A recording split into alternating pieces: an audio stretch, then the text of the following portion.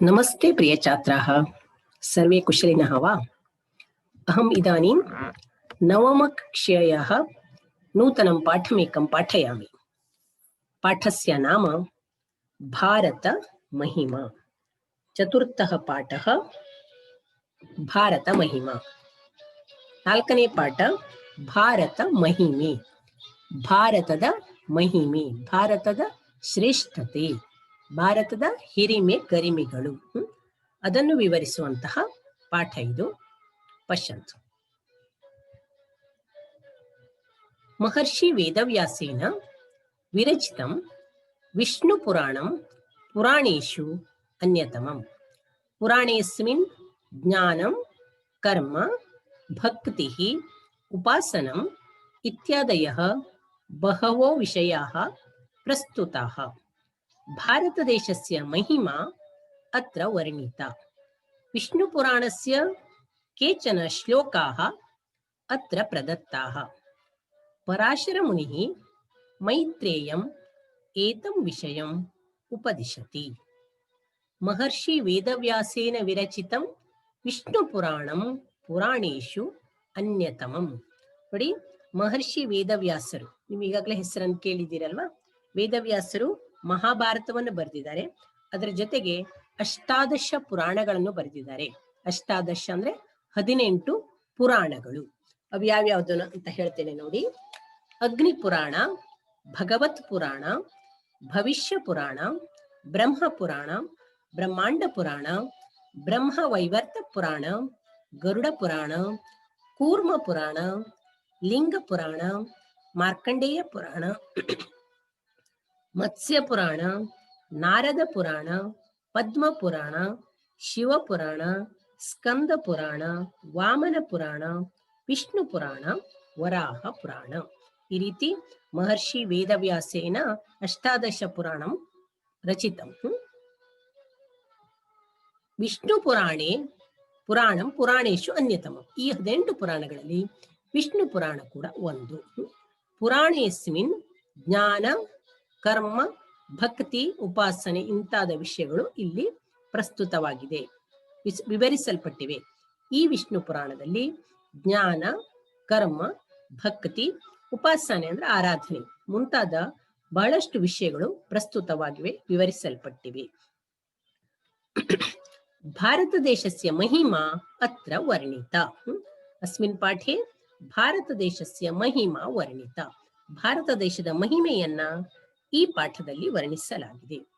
ವಿಷ್ಣು ಪುರಾಣಸ್ಯ ಕೇಚನ ಶ್ಲೋಕಾಃ ಅತ್ರ ಪ್ರದತ್ತಾಃ. ಈ ವಿಷ್ಣು ಪುರಾಣದ ಕೆಲವೊಂದು ಶ್ಲೋಕಗಳನ್ನ ಇಲ್ಲಿ ಕೊಡಲಾಗಿದೆ. ಪರಾಶರ ಮುನಿ ಮೈತ್ರೇಯಂ ಏತಂ ವಿಷಯಂ ಉಪದಿಶತಿ. ಪರಾಶರ ಮುನಿಗಳು ಮೈತ್ರೇಯನಿಗೆ ಈ ವಿಷಯವನ್ನ ಉಪದೇಶಿಸ್ತಾ ಇದ್ದಾರೆ. ಇಲ್ಲಿ ವಿಷ್ಣು ಪುರಾಣದ 6 ಶ್ಲೋಕಗಳಿದ್ದಾವೆ. ವಿಷ್ಣು ಪುರಾಣ 18 ಪುರಾಣಗಳಲ್ಲಿ ಒಂದು.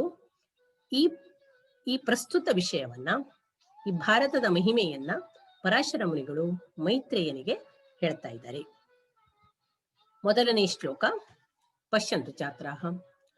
ಉತ್ತರಂ ಯತ್ ಸಮುದ್ರಸ್ಯ ಹಿಮಾದ್ರೇಶ್ಚೈವ ದಕ್ಷಿಣಂ ವರ್ಷಂ ತದ್ ಭಾರತಂ ನಾಮ ಭಾರತೀ ಯತ್ರ ಸಂತತಿಃ.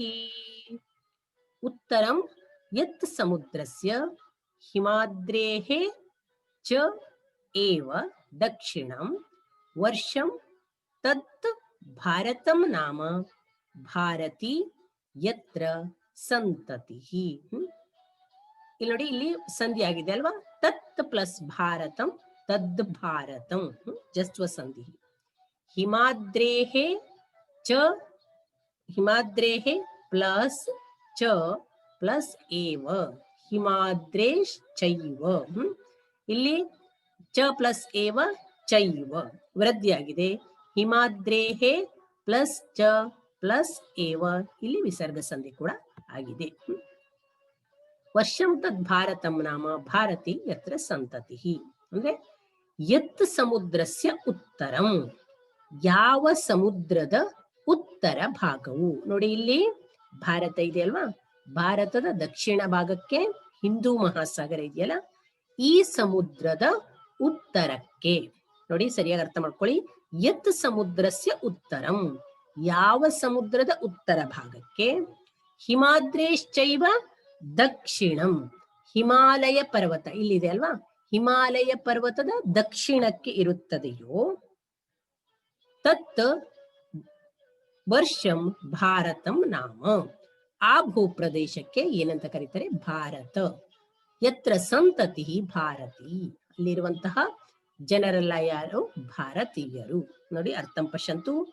ಯಶ್ಚ ಭೂಪ್ರದೇಶಃ ಹಿಂದೂ ಮಹಾಸಾಗರಸ್ಯ ಉತ್ತರ ಭಾಗೆ ವರ್ತತೆ, ಹಿಮಾಲಯಸ್ಯ ದಕ್ಷಿಣ ಭಾಗೆ ವರ್ತತೆ, ಅಪಿ ಚ ಯತ್ರ ಭಾರತ್ಯಾಃ ಸಂತಾನಃ ವಸತಿ ಸಹ ಭೂಪ್ರದೇಶಃ ಭಾರತಂ ಇತಿ ಪ್ರಸಿದ್ಧಃ. ನೋಡಿ ಯಶ್ಚ ಭೂಪ್ರದೇಶಃ, ಯಾವ ಭೂಪ್ರದೇಶವು ಹಿಂದೂ ಮಹಾಸಾಗರಸ್ಯ ಉತ್ತರ ಭಾಗೆ, ಈ ಹಿಂದೂ ಮಹಾಸಾಗರದ ಉತ್ತರ ಭಾಗದಲ್ಲಿ. ಉತ್ತರಂ ಯತ್ ಸಮುದ್ರಸ್ಯ, ಸಮುದ್ರಸ್ಯ ಉತ್ತರಂ, ಭಾರತದ ಉತ್ತರ ಭಾಗಕ್ಕೆ ಸಮುದ್ರ ಇದೆ ಅಲ್ಲ ಅರ್ಥ, ಯಾವ ಸಮುದ್ರದ ಉತ್ತರ ಭಾಗಕ್ಕೆ. ಹಾಗೆಯೇ ಹಿಮಾಲಯ ಪರ್ವತಸ್ಯ ದಕ್ಷಿಣ ಭಾಗೆ, ಹಿಮಾಲಯ ಪರ್ವತದ ದಕ್ಷಿಣದಲ್ಲಿ, ದಕ್ಷಿಣ ಭಾಗದಲ್ಲಿ, ಭಾರತದ ದಕ್ಷಿಣ ಭಾಗದಲ್ಲಿ ಹಿಮಾಲಯ ಪರ್ವತ ಇದೆ ಅಲ್ಲ, ಕನ್ಫ್ಯೂಸ್ ಮಾಡ್ಕೊಳ್ಬೇಡಿ. ಹಿಮಾದ್ರೇಶ್ಚೈವ ದಕ್ಷಿಣಂ, ಹಿಮಾಲಯ ಪರ್ವತಸ್ಯ ದಕ್ಷಿಣ ಭಾಗೆ, ಹಿಂದೂ ಮಹಾಸಾಗರಸ್ಯ ಉತ್ತರ ಭಾಗೆ. ಯತ್ರ ಭಾರತ್ಯಾಃ ಸಂತಾನಃ ವಸತಿ, ಎಲ್ಲಿ ಭಾರತದ ಸಂತಾನ ಅಂದ್ರೆ ಭಾರತದ ಮಕ್ಕಳು, ಭಾರತೀಯರು ವಾಸಿಸುತ್ತಿದ್ದಾರೋ. ಸಹ ಭೂಪ್ರದೇಶ ಭಾರತಂ ಇತಿ ಪ್ರಸಿದ್ಧ, ಈ ಭೂಪ್ರದೇಶಕ್ಕೆ ಏನಂತ ಕರೀತಾರೆ, ಭಾರತ. ನೋಡಿ, ಯಾವ ಭೂಪ್ರದೇಶವು ಹಿಂದೂ ಮಹಾಸಾಗರದ ಉತ್ತರ ಭಾಗದಲ್ಲಿದೆಯೋ, ಹಿಮಾಲಯದ ದಕ್ಷಿಣ ಭಾಗದಲ್ಲಿದೆಯೋ, ಹಾಗೂ ಎಲ್ಲಿ ಭಾರತದ ಭಾರತೀಯರು ವಾಸಿಸುತ್ತಿದ್ದಾರೆಯೋ ಆ ಭೂಪ್ರದೇಶಕ್ಕೆ ಭಾರತವೆಂದು ಕರೆಯುತ್ತಾರೆ. ಆ ಭೂಪ್ರದೇಶವು ಭಾರತವೆಂದು ಪ್ರಸಿದ್ಧವಾಗಿದೆ. ಇದು ಭಾರತದ ಮಹಿಮೆಯನ್ನು ವರ್ಣಿಸುವಂತಹ ಅತ್ಯಂತ ಪ್ರಮುಖ ಶ್ಲೋಕಗಳಲ್ಲಿ ಒಂದು. ಇದು ವಿಷ್ಣು ಪುರಾಣದ ಶ್ಲೋಕ. ನಿಮಗೆ ಅಭ್ಯಾಸಕ್ಕೆ ಈ ಶ್ಲೋಕವನ್ನು ಕೊಡಲಾಗಿದೆ. ದ್ವಿತೀಯಂ ಶ್ಲೋಕಂ ಪಶ್ಯಂತು ಛಾತ್ರಾಃ. ಪುರುಷೈರ್ಯಜ್ಞ ಪುರುಷೋ ಜಂಬೂದ್ವೀಪೆ ಸದೇಜ್ಯತೆ, ಯಜ್ಞೈರ್ಯಜ್ಞಮಯೋ ವಿಷ್ಣುಃ ಅನ್ಯದ್ವೀಪೇಷು ಚಾನ್ಯಥಾ. ನೋಡಿ ಬಿಡಿಸಿಕೊಡ್ತೇನೆ. ಪುರುಷೈಹಿ ಯಜ್ಞ ಪುರುಷೋ ಜಂಬೂದ್ವೀಪೆ ಸದಾ ಇಜ್ಯತೆ, ಯಜ್ಞೈಹಿ ಯಜ್ಞಮಯಃ ವಿಷ್ಣುಃ ಅನ್ಯದ್ವೀಪೇಷು ಚ ಅನ್ಯಥಾ. ಪುರುಷೈಹಿ ಯಜ್ಞ ಪುರುಷಃ, ಇಲ್ಲಿ ಕೂಡ ಸಂಧಿಯಾಗಿದೆ, ಅದು ವಿಸರ್ಗ ಸಂಧಿ, ಅದು ನಿಮಗೆ ಮುಂದಿನ ವರ್ಷ ಬರ್ತದೆ. ಜಂಬೂದ್ವೀಪೆ ಸದಾ ಇಜ್ಯತೆ, ಸದೇಜ್ಯತೆ ಅದು ಗುಣಸಂಧಿ, ಸದಾ ಇಜ್ಯತೆ. ಯಜ್ಞೈಹಿ ಯಜ್ಞಮಯೋ, ಯಜ್ಞೈರ್ ಯಜ್ಞಮಯೋ, ಇಲ್ಲೂ ಕೂಡ ವಿಸರ್ಗದ ಬದಲಾಗಿ ರಕಾರ ಬಂದಿದೆ, ಇದು ವಿಸರ್ಗ ಸಂಧಿ, ನಿಮಗೆ ಮುಂದಿನ ವರ್ಷ ಬರ್ತದೆ. ವಿಷ್ಣು ಅನ್ಯದ್ವೀಪೇಶು, ವಿಷ್ಣು ಅನ್ಯದ್ವೀಪೇಶು, ವಿಷ್ಣುರನ್ಯದ್ವೀಪೇಶು, ಇಲ್ಲೂ ಕೂಡ ವಿಸರ್ಗ ಹೋಗಿ ರಕಾರ ಬಂದಿದೆ, ಇದು ವಿಸರ್ಗ ಸಂಧಿ, ಇದು ಮುಂದಿನ ವರ್ಷ ಬರ್ತದೆ. ಚ ಪ್ಲಸ್ ಅನ್ಯತಾ ಚಾನ್ಯತಾ, ಇದ್ಯಾವ ಸಂಧಿ, ಸವರ್ಣ ದೀರ್ಘ ಸಂಧಿ. ಜಂಬೂದ್ವೀಪೆ, ನೋಡಿ ಜಂಬೂದ್ವೀಪ, ನೀವು ಬೇರೆ ಬೇರೆ ದ್ವೀಪಗಳ ಹೆಸರನ್ನ ಕೇಳಿರ್ಬಹುದು, ಐಲ್ಯಾಂಡ್ ಅಲ್ವಾ, ದ್ವೀಪಗಳು. ಇಲ್ಲೊಂದು ಹೊಸ ಶಬ್ದ ಬಂದಿದೆ, ಜಂಬೂದ್ವೀಪ. ನೋಡಿ ಇಲ್ಲಿ ಈ ನಕಾಶೆಯಲ್ಲೂ ತೋರಿಸಿದ್ದೇನೆ, ಜಂಬೂದ್ವೀಪ. ಜಂಬೂದ್ವೀಪ ಅಂದ್ರೆ ಏನು ಅಂತ ನಾವು ತಿಳ್ಕೊಳ್ಬೇಕಲ್ವಾ. ಸಪ್ತದ್ವೀಪ ವಸುಂಧರ ಹೇಳಿ ಪುರಾಣಗಳಲ್ಲಿ ಒಂದು ಮಾತಿದೆ, ಅಂದ್ರೆ 7 ದ್ವೀಪಗಳಿಂದ ಕೂಡಿರುವುದು ಈ ವಸುಂಧರೆ, ಈ ಭೂಮಿ. ಈ ಭೂಮಿಯಲ್ಲಿ ಒಟ್ಟು 7 ದ್ವೀಪಗಳಿದ್ದಾವೆ. ಪುರಾಣಗಳ ಪ್ರಕಾರ ಅದು ಯಾವ್ಯಾವ್ದು ದ್ವೀಪಗಳಂದ್ರೆ ನೋಡಿ, ಜಂಬೂದ್ವೀಪ, ಪ್ಲಾಕ್ಷದ್ವೀಪ, ಶಾಲ್ಮಲಿ ದ್ವೀಪ, ಕುಶದ್ವೀಪ, ಕ್ರೌಂಚದ್ವೀಪ, ಶಕದ್ವೀಪ, ಪುಷ್ಕರ ದ್ವೀಪ. ನೋಡಿ ಈ ರೀತಿ 7 ದ್ವೀಪಗಳಿದ್ದಾವೆ, ಅದರಲ್ಲಿ ಜಂಬೂದ್ವೀಪ ಕೂಡ ಒಂದು. ಜಂಬೂದ್ವೀಪೆ ಪುರುಷೈಹಿ ಯಜ್ಞ ಪುರುಷಃ ಯಜ್ಞಾಹುತಿಂ ಸ್ವೀಕರೋತಿ, ಯಜ್ಞಮಯಃ ಮಹಾವಿಷ್ಣುಃ ಆರಾಧ್ಯತೆ, ಅನ್ಯದ್ವೀಪೇಷು ಪ್ರಕಾರಾಂತರೇಣ ದೇವತಾರಾಧನಂ ಭವತಿ. ನೋಡಿ, ಈ ಜಂಬೂ ದ್ವೀಪದಲ್ಲಿ, ಈ ಜಂಬೂ ದ್ವೀಪ ಅಂದ್ರೆ ನೋಡಿ ಇಲ್ಲಿ ಕೊಟ್ಟಿದಾರಲ್ಲ, ಇಲ್ಲಿ ನಾರ್ತ್ ಅಮೇರಿಕಾ, ಉತ್ತರ ಅಮೇರಿಕಾ ಬರ್ತದೆ, ಆಫ್ರಿಕಾ ಬರ್ತದೆ, ಏಷ್ಯಾ ಬರ್ತದೆ. ಇವಿಷ್ಟು ಈ ಎಲ್ಲ ಭಾಗಗಳು ಸೇರಿ ಏನ್ ಹೇಳ್ತಾರೆ, ಜಂಬೂ ದ್ವೀಪ. ಪ್ರಾಚೀನ ಕಾಲದಲ್ಲಿ ಇರುವಂತದ್ದು ಪುರಾಣಗಳಲ್ಲಿ. ಉಳಿದೆಲ್ಲ ಪ್ರದೇಶಗಳು ಬೇರೆ ಬೇರೆ 6 ದ್ವೀಪಗಳಲ್ಲಿ ಇದ್ದಾವೆ, ಗೊತ್ತಾಯ್ತವಾ. ಈ ಜಂಬೂ ದ್ವೀಪದಲ್ಲಿ ಏನಾಗಿತ್ತು, ಪುರುಷರು ಯಜ್ಞ ಪುರುಷನು ಯಜ್ಞಾಹುತಿಯನ್ನು ಸ್ವೀಕರಿಸುತ್ತಾನೆ. ಈ ಜಂಬೂ ದ್ವೀಪದಲ್ಲಿ ಜನರು ಏನ್ ಮಾಡ್ತಾರೆ, ಯಜ್ಞಕ್ಕೆ ಆಹುತಿಯನ್ನ ನೀಡ್ತಾರೆ, ಯಜ್ಞಾಹುತಿಯನ್ನ ನೀಡ್ತಾರೆ. ಈ ನೋಡಿ, ಈ ಜಂಬೂ ದ್ವೀಪ ಹೇಳಿ ಯಾಕೆ ಹೆಸರು ಬಂತು ಅಂತ ವಿಷ್ಣು ಪುರಾಣದಲ್ಲಿ ಹೇಳಿದ್ದಾರೆ.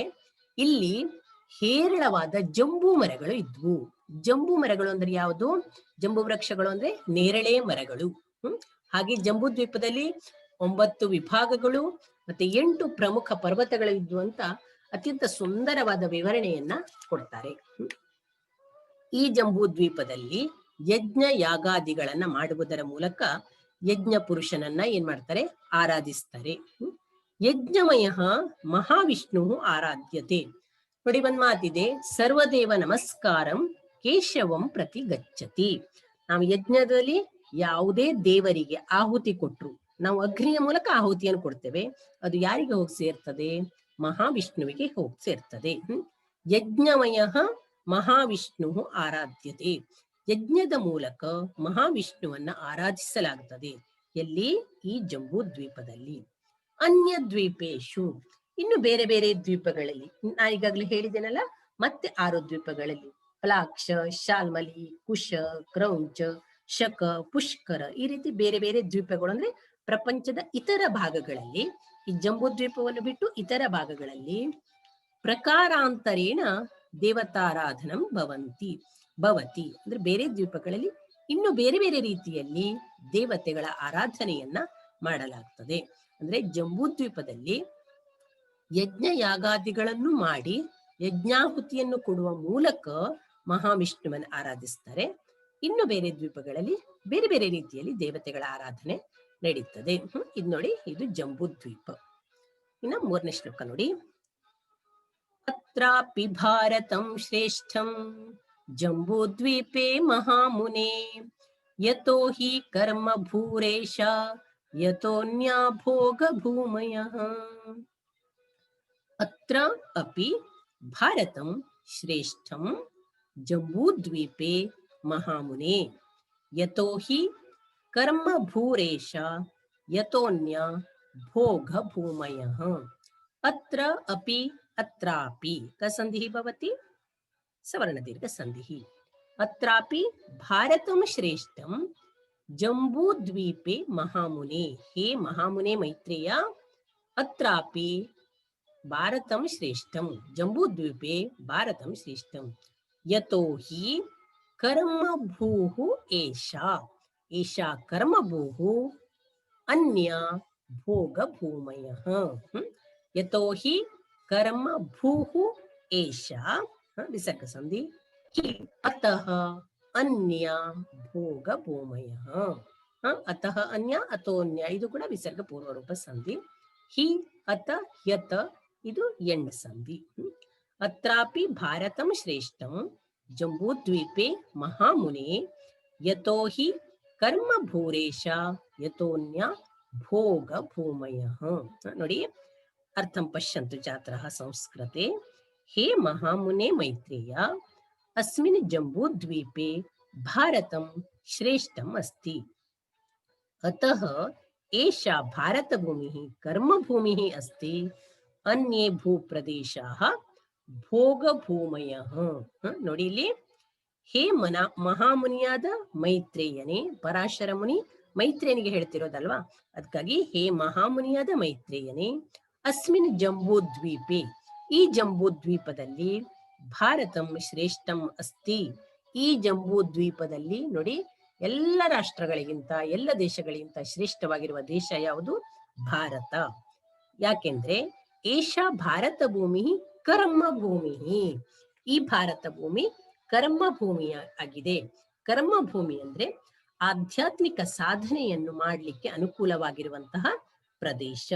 ಇಲ್ಲಿ ಪಾಪ ಪುಣ್ಯಗಳ ಕಲ್ಪನೆ ಇದೆ, ಸ್ವರ್ಗ ನರಕಗಳ ಕಲ್ಪನೆ ಇದೆ, ಪುನರ್ಜನ್ಮದ ಕಲ್ಪನೆ ಇದೆ.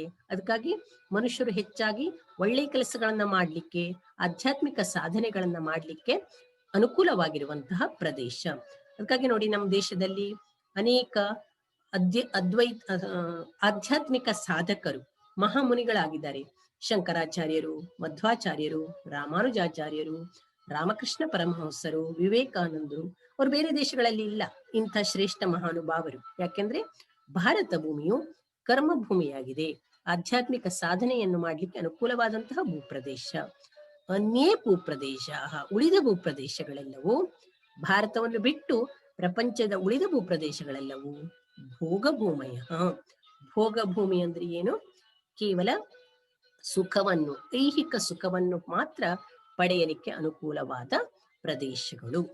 ಭೋಗ, ಕಾಮನೆಗಳು, ಆಸೆಗಳು, ಇಚ್ಛೆಗಳು, ಬಯಕೆಗಳನ್ನ ಮಾತ್ರ ಪೂರೈಸಲಿಕ್ಕೆ, ಐಹಿಕ ಸುಖಗಳನ್ನ ಪಡೆಯಲಿಕ್ಕೆ ಮಾತ್ರ ಯೋಗ್ಯವಾದ ಭೂಮಿ ಇತರ ಭೂಪ್ರದೇಶಗಳು. ಆದರೆ ಭಾರತ ಭೂಮಿ ಕರ್ಮಭೂಮಿ. ಆದ್ದರಿಂದಲೇ ಈ ಜಂಬೂ ದ್ವೀಪದಲ್ಲಿ ಭಾರತವೇ ಅತ್ಯಂತ ಶ್ರೇಷ್ಠವಾದ ಪ್ರದೇಶ ಅಂತ ಏನು ಪರಾಶರ ಮುನಿಯು ಮೈತ್ರೇಯನಿಗೆ ಹೇಳ್ತಾನೆ. ಇಲ್ಲಿ ನೋಡಿ, ಭಾರತದ ಮಹಿಮೆ ಹೇಗೆ ವರ್ಣಿಸಲ್ಪಟ್ಟಿದೆ ಅಂತ. ಮುಂದಿನ ಶ್ಲೋಕ ನೋಡಿ.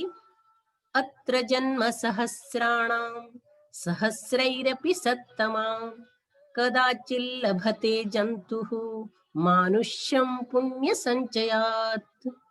ಅತ್ರ ಜನ್ಮ ಸಹಸ್ರಾಣಾಂ ಸಹಸ್ರೈರಪಿ ಸತ್ತಮಾಂ ಕದಾಚಿತ್ ಲಭತೆ ಜಂತುಃ ಮಾನುಷ್ಯಂ ಪುಣ್ಯ ಸಂಚಯಾತ್. ಸಹಸ್ರೈಹಿ ಅಪಿ ಎಲ್ಲ ವಿಸರ್ಗ ಸಂಧಿಗಳು. ಕದಾಚಿತ್ ಲಭತೆ ಜಂತುಃ ಮಾನುಷ್ಯಂ ಜಂತುರ್ಮಾನುಷ್ಯಂ. ಸಂಸ್ಕೃತ ಭಾಷಾಯಾಂ ಅಸ್ಯ ಅರ್ಥಂ ಪಶ್ಯन्तु ಛಾತ್ರಾಃ. ಹೇ ಮೈತ್ರೇಯ, ಸಹಸ್ರ ಜನ್ಮಸು ಕದಾಚಿತ್ ಸತ್ಕರ್ಮ ಫಲವಶಾತ್ ಜೀವಃ ನರಜನ್ಮ ಲಭತೆ. ಹೇ ಮೈತ್ರೇಯನೇ, ಸಹಸ್ರ ಜನ್ಮಗಳಲ್ಲಿ ನೋಡಿ, ನಾವು ಹಿಂದೂ ಧರ್ಮದವರು ಪುನರ್ಜನ್ಮವನ್ನ ನಂಬುವವರು. ನಾವು ಪುಣ್ಯದ ಕೆಲಸಗಳನ್ನು ಮಾಡ್ತಾ ಹೋದ್ರೆ ಏನ್ ಮಾಡ್ತೇವೆ? ಒಳ್ಳೊಳ್ಳೆ ಜನ್ಮಗಳನ್ನ ಪಡಿತಾ ಹೋಗ್ತೇವೆ. ಕೆಟ್ಟ ಕೆಲಸಗಳನ್ನ ಮಾಡ್ತಾ ಹೋದಂಗೆ ನೀಚ, ಕೆಳಮಟ್ಟದ ಜನ್ಮವನ್ನ ಪಡಿತಾ ಹೋಗ್ತೇವೆ.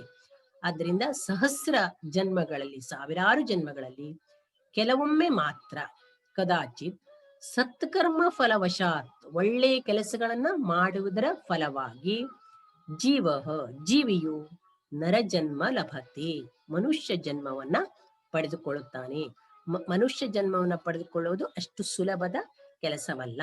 ಸಹಸ್ರ ಜನ್ಮಗಳನ್ನು ಎತ್ತ ಬರಬೇಕು. ಅದರಲ್ಲಿ ಒಮ್ಮೆ ಮಾತ್ರ ಏನ್ ಬರ್ತದೆ? ಮನುಷ್ಯ ಜನ್ಮ ಸಿಗ್ತದೆ. ಅದು ನಾವು ಮಾಡಿದ ಪುಣ್ಯ ಕರ್ಮದ ಫಲದ ಕಾರಣದಿಂದ. ಆದ್ರಿಂದ ನಾವು ಇಲ್ಲಿ ಮನುಷ್ಯರಾಗಿ ಜನಿಸಬೇಕು ಅಂದ್ರೆ ಪುಣ್ಯ ಕೆಲಸಗಳನ್ನ ಮಾಡಬೇಕು. ಅದಕ್ಕಾಗಿ ನಮ್ಮ ದಾಸವರೇಣ್ಯರು ಹೇಳೋದಿಲ್ವಾ, ಮಾನವ ಜನ್ಮ ದೊಡ್ಡದು, ಅದ ಹಾನಿ ಮಾಡಲು ಬೇಡ ಹುಚ್ಚಪ್ಪಗಳಿರ. ಅಂದ್ರೆ ಮನುಷ್ಯ ಜನ್ಮ ಅತ್ಯಂತ ಶ್ರೇಷ್ಠವಾದ ಜನ್ಮ, ಸಾಧನೆಯನ್ನು ಮಾಡಲಿಕ್ಕೆ ಯೋಗ್ಯವಾಗಿರುವಂತಹ ಜನ್ಮ, ಬೇರೆ ಪ್ರಾಣಿಗಳಿಗಿಂತ ಶ್ರೇಷ್ಠವಾದದ್ದು, ಬುದ್ಧಿವಂತಿಕೆಯನ್ನ ಹೊಂದಿರುವಂತಹದ್ದು. ಈ ಸಾವಿರಾರು ಜನ್ಮಗಳಲ್ಲಿ ಕೆಲವೊಮ್ಮೆ ಮಾತ್ರ ಒಳ್ಳೆಯ ಕರ್ಮದ ಫಲದಿಂದ ಜೀವಿಯು ಮನುಷ್ಯ ಜನ್ಮವನ್ನ ತಾಳುತ್ತಾನೆ. 5ನೇ ಶ್ಲೋಕ ನೋಡಿ. ಗಾಯಂತಿ ದೇವಾಃ ಕಿಲ ಗೀತಕಾನಿ ಧನ್ಯಾಸ್ತು ತೇ ಭಾರತ ಭೂಮಿ ಭಾಗೆ ಸ್ವರ್ಗಾಪವರ್ಗಾಸ್ಪದಮಾರ್ಗಭೂತೆ ಭವಂತಿ ಭೂಯಃ ಪುರುಷಾಃ ಸುರತ್ವಾತ್. ಗಾಯಂತಿ ದೇವಾಃ ಕಿಲ ಗೀತಕಾನಿ ಧನ್ಯಾಃ ತು ತೇ ಭಾರತ ಭೂಮಿ ಭಾಗೆ ಸ್ವರ್ಗಾಪವರ್ಗಾಸ್ಪದ ಮಾರ್ಗಭೂತೆ ಭವಂತಿ ಭೂಯಃ ಪುರುಷಾಃ ಸುರತ್ವಾತ್. ಅಸ್ಯ ಶ್ಲೋಕಸ್ಯ ಅರ್ಥಂ ಪಶ್ಯन्तु ಛಾತ್ರಾಃ. ದೇವಾಃ ಏವಂ ಪ್ರಶಂಸಂತಿ. ಗಾಯಂತಿ ದೇವಾಃ ಏವಂ ಪ್ರಶಂಸಂತಿ. अस्मिन् भारतदेशे ये पुरुषाः ಜನ್ಮ ಪ್ರಾಪ್ನುವಂತಿ ತೇ ಏವ ಧನ್ಯಾಃ ತೇ ದೇವೇಭ್ಯೋಪಿ ಶ್ರೇಷ್ಠಾಃ ಯತಃ ಭಾರತದೇಶಃ ಸ್ವರ್ಗ ಮೋಕ್ಷಯೋಃ ಪ್ರಾಪ್ತಿ ಮಾರ್ಗಂ ದರ್ಶಯತಿ. ಕನ್ನಡ ಭಾಷಾಯಾಂ ಅರ್ಥಂ ಪಶ್ಯಂತು. ದೇವಾಃ ಏವಂ ಪ್ರಶಂಸಂತಿ. ದೇವತೆಗಳು ಈ ರೀತಿ ಪ್ರಶಂಸಿಸುತ್ತಾರೆ, ಹೊಗಳುತ್ತಾರೆ, ಸ್ತುತಿಸುತ್ತಾರೆ. ಹೇಗಂತ? ಅಸ್ಮಿನ್ ಭಾರತ ದೇಶೇ ಯೇ ಪುರುಷಾಃ ಜನ್ಮ ಪ್ರಾಪ್ನುವಂತಿ ತೇ ಏವ ಧನ್ಯಾಃ. ಈ ಭಾರತದಲ್ಲಿ ಯಾವ ವ್ಯಕ್ತಿಗಳು ಜನ್ಮವನ್ನು ಹೊಂದುತ್ತಾರೋ, ಜನ್ಮವನ್ನು ಪಡೆಯುತ್ತಾರೋ, ತೇ ಏವ ಧನ್ಯಾಃ, ಅವರೇ ಧನ್ಯರು. ನೋಡಿ, ನರಜನ್ಮ ಪಡೆಯುವುದೇ ನಮ್ಮ ಪುಣ್ಯದ ಫಲದಿಂದ. ಅದರಲ್ಲೂ ಭಾರತದಲ್ಲಿ ಜನ್ಮ ಪಡಿತೇವಲ್ಲ, ಅದು ಅದು ಅದು ಧನ್ಯತಾ ಭಾವವನ್ನ ಹೊಂದುವಂಥದ್ದು, ಧನ್ಯತಾ ಭಾವವನ್ನ ಉಂಟು ಮಾಡುವುದು. ಭಾರತದಲ್ಲಿ ಜನ್ಮವನ್ನು ಯಾರು ಪಡೆದಿರ್ತಾರೋ ಅವರೇ ಧನ್ಯರು. ತೇ ದೇವೇಭ್ಯೋಪಿ ಶ್ರೇಷ್ಠಾಃ, ಇವರು ದೇವತೆಗಳಿಗಿಂತಲೂ ಶ್ರೇಷ್ಠರು. ಹೇಳಿ ಯಾರು ಹೇಳ್ತಾರೆ? ದೇವತೆಗಳೇ ಹೊಗಳ್ತಾರೆ. ಭಾರತದಲ್ಲಿ ಜನ್ಮ ಪಡೆಯುವುದು ಅಂದ್ರೆ ಅಷ್ಟು ಸಾರ್ಥಕವಾದ ಜನ್ಮ ಅದು. ತೇ ದೇವೇಭ್ಯೋಪಿ ಶ್ರೇಷ್ಠಾಃ ಯತಃ, ಯಾಕೆಂದರೆ ಭಾರತ ದೇಶ ಸ್ವರ್ಗ ಮೋಕ್ಷಯೋಃ ಪ್ರಾಪ್ತಿ ಮಾರ್ಗಂ ದರ್ಶಯತಿ. ಭಾರತ ದೇಶ ಸ್ವರ್ಗದ ಮಾರ್ಗ, ಮೋಕ್ಷದ ಮಾರ್ಗವನ್ನ, ಅಂದ್ರೆ ಸ್ವರ್ಗ ಮತ್ತು ಮೋಕ್ಷಗಳನ್ನ ಪಡೆಯಲಿಕ್ಕೆ ಮಾರ್ಗದರ್ಶನವನ್ನ ಮಾಡುವಂಥದ್ದು ಭಾರತ ದೇಶ. ಬೇರೆ ಯಾವುದೇ ದೇಶದಲ್ಲಿ ಹುಟ್ಟಿದ್ರೂ ಕೂಡ ನೀವು ಸುಖವನ್ನು ಪಡಿತೀರಿ ವಿನಾ ಸ್ವರ್ಗ ಮೋಕ್ಷಗಳ ದಾರಿಯನ್ನು ಹುಡುಕುವಂತಹ ಕೆಲಸ ಆಗುದಿಲ್ಲ ನಿಮ್ಮ ಹತ್ರ. ಆದ್ದರಿಂದ ದೇವತೆಗಳು ಹೀಗೆ ಪ್ರಶಂಸಿಸುತ್ತಾರೆ. ಯಾರು ಭಾರತದಲ್ಲಿ ಜನ್ಮ ತಾಳುತ್ತಾರೋ ಅವರೇ ಧನ್ಯರು, ಅವರು ದೇವತೆಗಳಿಗಿಂತಲೂ ಶ್ರೇಷ್ಠರು. ಯಾಕೆಂದರೆ ಭಾರತ ದೇಶವು ಸ್ವರ್ಗ ಮೋಕ್ಷಗಳನ್ನು ಪಡೆಯುವ ಮಾರ್ಗವನ್ನು ನಮಗೆ ತೋರಿಸುತ್ತದೆ, ಮಾರ್ಗದರ್ಶನವನ್ನ ಮಾಡುತ್ತದೆ. ವಿದ್ಯಾರ್ಥಿಗಳೇ, ನಾವು ಈಗ ಭಾರತದಲ್ಲಿ ಜನ್ಮ ತಾಳಿದ್ದೇವೆ ಅಂತ ಅಂದ್ರೆ ನಾವು ಧನ್ಯತಾ ಭಾವವನ್ನು ಪಡೆಯಬೇಕು. ಯಾಕೆಂದ್ರೆ ಮಾನವರಾಗಿ ಹುಟ್ಟುವುದೇ ದೊಡ್ಡದು, ಅದರಲ್ಲೂ ಭಾರತದಲ್ಲಿ ಹುಟ್ಟಿದ್ದೇವೆ ಅಂದ್ರೆ ನಾವು ನಿಜವಾಗಿಯೂ ಪುಣ್ಯ ಮಾಡಿ ಹುಟ್ಟಿದವರು. ನೋಡಿ, ಇದು ಭಾರತದ ಮಹಿಮೆ. ಕೊನೆಯ ಶ್ಲೋಕವನ್ನು ನೋಡಿ. ಜಾನೀಮ ನೈತತ್ ಕ್ವ ವಯಂ ವಿಲೀನೆ ಸ್ವರ್ಗಪ್ರದೇ ಕರ್ಮಣಿ ದೇಹ ಬಂಧಂ ಪ್ರಾಪ್ಸ್ಯಾಮ ಧನ್ಯಾಃ ಖಲು ತೇ ಮನುಷ್ಯ ಯೇ ಭಾರತೇನೇಂದ್ರಿಯ ವಿಪ್ರಯೀಣಾಃ. ಜಾನೀಮ ನ ಏತತ್ ಕ್ವ ವಯಂ ವಿಲೀನೆ ಸ್ವರ್ಗಪ್ರದೇ ಕರ್ಮಣಿ ದೇಹ ಬಂಧಂ ಪ್ರಾಪ್ಸ್ಯಾಮ ಧನ್ಯಾಃ ಖಲು ತೇ ಮನುಷ್ಯ ಯೇ ಭಾರತೆ ನ ಇಂದ್ರಿಯ ವಿಪ್ರಹೀನಾಃ. ನ ಏತತ್ ನೈತತ್ ವೃದ್ಧಿ ಸಂಧಿ. ನ ಇಂದ್ರಿಯ ನೇಂದ್ರಿಯ ಇದು ಗುಣಸಂಧಿ. ಅರ್ಥಂ ಪಶ್ಯಂತು ಛಾತ್ರಾಃ. ಸ್ವರ್ಗಪ್ರದಾಯಕೆ ಪುಣ್ಯಕರ್ಮಣಿ ವಿಲೀನೆ ಸತಿ ಪುನಃ ಕುತ್ರ ದೇಹ ಬಂಧಂ ಪ್ರಾಪ್ಸ್ಯಾಮ ಇತಿ ವಯಂ ನ ಜಾನೀಮ. ಭಾರತ ದೇಶೆ ಯೇ ಮನುಷ್ಯಾಃ ಇಂದ್ರಿಯ ಶಕ್ತಿ ಸಹಿತಾಃ ಸಂತಿ ತೇ ಏವ ಧನ್ಯಾಃ. ಸ್ವರ್ಗಪ್ರದಾಯಕೆ ಪುಣ್ಯಕರ್ಮಣಿ, ಸ್ವರ್ಗವನ್ನು ತೋರಿಸುವಂತಹ, ಸ್ವರ್ಗಕ್ಕೆ ದಾರಿಯನ್ನು ತೋರಿಸುವಂತಹ ಪುಣ್ಯ ಕೆಲಸದಲ್ಲಿ ತೊಡಗಿಸಿಕೊಂಡಿದ್ದರೂ ಸಹ ಪುನಃ ಕುತ್ರ ದೇಹ ಬಂಧಂ ಪ್ರಾಪ್ಸ್ಯಾಮ, ಮತ್ತೆ ಮುಂದೆ ನಾವು ಮುಂದಿನ ಜನ್ಮದಲ್ಲಿ ಎಲ್ಲಿ ಜನಿಸುತ್ತೇವೆ ಎಂಬುದನ್ನ ವಯಂ ನ ಜಾನೀಮ, ನಮಗೆ ಗೊತ್ತಿಲ್ಲ, ನಾವು ತಿಳಿದಿಲ್ಲ. ಎಷ್ಟೇ ಪುಣ್ಯ ಮಾಡಿದ್ರು ಕೂಡ ಮುಂದಿನ ಜನ್ಮ ನಮಗೆ ಯಾವುದು ಎಲ್ಲಿ ಅಂತ ನಮಗೆ ಗೊತ್ತಿಲ್ಲ. ಭಾರತ ದೇಶೆ ಯೇ ಮನುಷ್ಯಾಃ ಇಂದ್ರಿಯ ಶಕ್ತಿ ಸಹಿತಾಃ ಸಂತಿ.